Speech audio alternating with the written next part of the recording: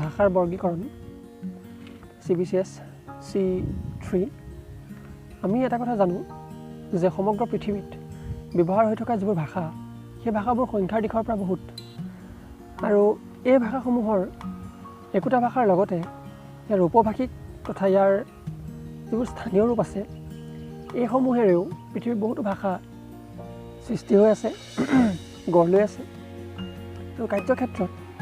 এই ভাষাসমূহৰ পৰস্পৰৰ যিটো বোধগম্যতা ইটো ভাষাৰ লগত ইটো ভাষাৰ বোধগম্যতা সেয়া দেখিবলৈ পোৱা খুব কম ক্ষেত্ৰত দেখিবলৈ পোৱা যায় ইহঁতবোৰ এক অৰ্থত পৰস্পৰ দুৰ্বোধ্য তথাপিও ভাষা বিজ্ঞানৰ যিটো আলোচনা এই আলোচনাৰ বাবে এই ভাষাসমূহক একোটা শ্ৰেণীত অন্তৰ্ভুক্ত কৰাৰ প্ৰয়োজন আহি পৰে সেইবাবে ভাষাবিদসকলে ভৌগোলিক বা পাৰিবাৰিক বা ঐতিহাসিক বা আকৃতিমূলক বা গঠনমূলক দৃষ্টিকোণৰ ফালৰ পৰা ভাষাসমূহক শ্ৰেণীবিভাজন কৰিব প্ৰয়াস কৰিছে এই ভাষাসমূহৰ শ্ৰেণীবিভাজনৰ যিটো প্ৰক্ৰিয়া এই প্ৰক্ৰিয়াটোকে আচলতে বৰ্গীকৰণ বুলি অভিহিত কৰিব পাৰি এতিয়া এই বৰ্গীকৰণ কিয় গুৰুত্বপূৰ্ণ এই সম্পৰ্কে ক'বলৈ গ'লে আমি চাৰিটা বিশেষ কাৰণ দেখুৱাব পাৰোঁ প্ৰথম কথাটো হৈছে যে একোটা ভাষা চিনাক্তকৰণৰ ক্ষেত্ৰত এই বৰ্গীকৰণৰ প্ৰয়োজন আছে দ্বিতীয়তে হ'ল যে একোটা ভাষা অধ্যয়নৰ সুবিধাৰ কাৰণে ইয়াক আমি বৰ্গীকৰণ কৰিব লাগে আৰু এটা হৈছে যে ভাষাৰ মূল নিৰ্ণয় কৰিবৰ কাৰণে অৰ্থাৎ কোনটো ভাষা কি মূল সূত্ৰৰ পৰা ওলাইছে সেই কথাখিনি জনাটো দৰকাৰ আৰু লগতে চতুৰ্থটো হৈছে তুলনামূলক অধ্যয়নৰ জৰিয়তে মৌলিকতা নিৰ্ধাৰণ অৰ্থাৎ দুটা ভাষাৰ মাজত যেতিয়া তুলনা কৰা হয় তেতিয়াহ'লে প্ৰতিটো ভাষা কিহত পৃথক কেনেকৈ পৃথক আৰু তাৰ মৌলিক এককবোৰ কি কি আছে এই সন্দৰ্ভত যেতিয়া আলোচনা কৰা হয় তাৰ ক্ষেত্ৰত এই বৰ্গীকৰণৰ প্ৰয়োজনীয়তা আহি পৰে এতিয়া এই বৰ্গীকৰণক কেনেকৈ কৰা হয় প্ৰক্ৰিয়াসমূহ আচলতে এটা ৰেখাচিত্ৰৰ সহায়ত খুব ধুনীয়াকৈ দেখুওৱা হৈছে ছাত্ৰ ছাত্ৰীসকলে বিশেষকৈ পৃথিৱীৰ বিভিন্ন ভাষা নগেন ঠাকুৰৰ কিতাপখন আৰু অৰ্পণা কোঁৱৰৰ ভাষা বিজ্ঞান উপক্ৰমণিকে তেওঁলোকে সহায় ল'লে দেখিবলৈ পাব এটা ৰেখাচিত্ৰ আৰু সেই ৰেখাচিত্ৰটো যদি তেওঁলোকে পৰীক্ষাত অংকন কৰে নিশ্চয় তেওঁলোকে এটা ভাল নম্বৰ পাবলৈ সক্ষম হ'ব আৰু বিশেষকৈ আচলতে বিষয়বস্তুটো বুজিব পাৰিব যে বৰ্গীকৰণ আচলতে কেনেকৈ কৰা হৈছে এই গোটেই প্ৰক্ৰিয়াটো কেনেকুৱা ধৰণে জড়িত হৈ আছে সম্পূৰ্ণ ভালকৈ জানিব পাৰিব যদি ৰেখাচিত্ৰটো সহায় লয় এতিয়া কথা হ'ল এই ভাষাৰ বৰ্গীকৰণ আচলতে তিনিটা প্ৰকাৰত আমি দেখাব পাৰোঁ এটা হৈছে ভৌগোলিক এটা হৈছে ঐতিহাসিক আৰু আনটো হৈছে আকৃতিমূলক এতিয়া এই ভৌগোলিক যিটো বিভাজন এই ভৌগোলিক বিভাজন আচলতে কেনেকৈ কৰা হয় যে কোনো এখন ঠাইৰ ভাষাৰ যিটো ভৌগোলিক পৰিসীমা ঠাই এখনৰ যিটো ভৌগোলিক পৰিসীমা সেই পৰিসীমাৰ ভিতৰত আবেষ্টনীত থকা যিবোৰ ভাষা আছে তাৰ আলোচনা যেনে জাপানৰ জাপানী ভাষা চীনৰ চীনা ভাষা ৰাছিয়াৰ ৰুছ ভাষা থাইলেণ্ডৰ থাই ভাষা এইদৰে আচলতে এইটো ভৌগোলিক বিভাজনৰ জৰিয়তে কৰা চিনাক্তকৰণ কৰা হৈছে বা নামকৰণ কৰা হৈছে এই বিভাজনৰ বৈজ্ঞানিক ভিত্তি কিন্তু নাই আৰু ই এটা অতি সাধাৰণ স্তৰৰ বিভাজন বুলি ভাষাবিদসকলে ক'বলৈ বিচাৰিছে কিন্তু ভাৰতৰ দৰে এখন বহুভাষিক দেশত এই বিভাজন আচলতে প্ৰযোজ্য নহয় অপ্ৰাসংগিক কিয়নো ভাৰতীয় ভাষা বুলি আচলতে কোনো এটা ভাষা নাই এই কাৰণেই যে কাৰণ কিয় ভাৰতত বিভিন্ন ধৰণৰ ভাষা আছে আৰু সেই ভাষাসমূহে বিভিন্ন ধৰণে নিজস্ব মৌলিকতা তেওঁলোক মহিয়ান সেই ভাষাসমূহ সেই ভাষাগোষ্ঠীসমূহ তেওঁলোক নিজস্ব বিশেষত্বৰে তেওঁলোকে মহিয়ান সেইকাৰণে আচলতে ভৌগোলিক বিভাজন ভাৰতৰ নিচিনা এখন বহুভাষিক ৰাষ্ট্ৰত আচলতে প্ৰযোজ্য নহয় আৰু যাৰ বাবে ভৌগোলিক ভিত্তিত কৰা বিভাজন ভাৰতৰ ক্ষেত্ৰত আচলতে প্ৰযোজ্য নহয় বা গ্ৰহণযোগ্য নহয়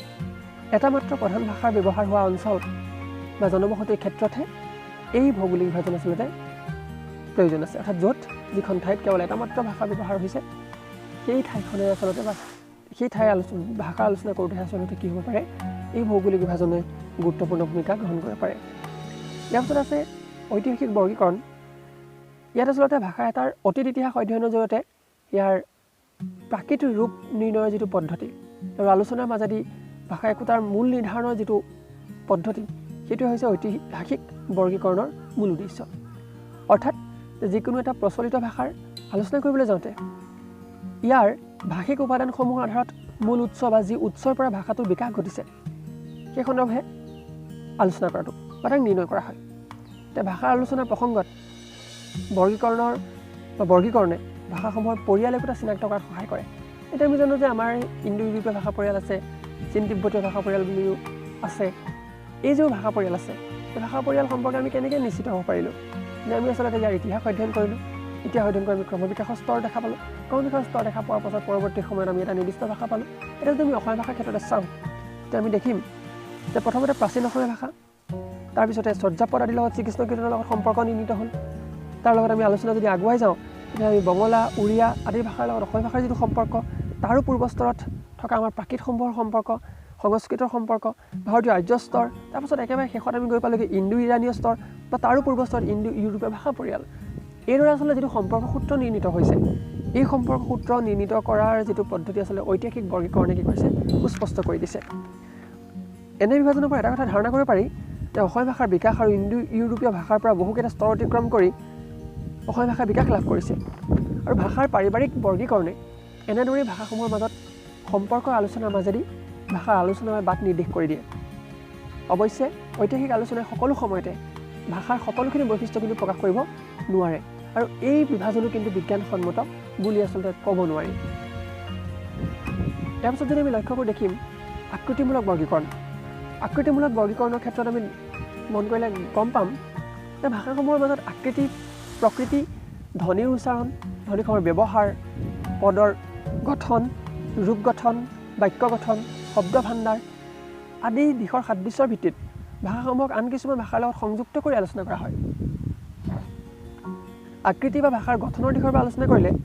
বহুতো ভাষা একে মূলৰ পৰা বিকাশ হোৱা নহ'লেও একেটা শ্ৰেণীত আলোচনা কৰিব পাৰি। এই শ্ৰেণী বিভাজনকে আকৃতিমূলক বৰ্গীকৰণ বুলি কোৱা হয়। এই বৰ্গীকৰণত ভাষাৰ গঠনৰ দিশটো গুৰুত্ব দিয়া হয় বাবে আকৃতিমূলক বৰ্গীকৰণক বিজ্ঞানসন্মত বুলি ক'ব পাৰি। আকৃতিমূলক অৰ্থাৎ যে কেনেকৈ আচলতে একোটা ভাষাৰ বাক্যবোৰৰ গঠন হৈছে, শব্দ কেনেকৈ গঠন হৈছে, শব্দ ভাণ্ডাৰ সম্পৰ্কে আলোচনা, পুংখানুপুংখ বিৱৰণ, ৰূপ গঠন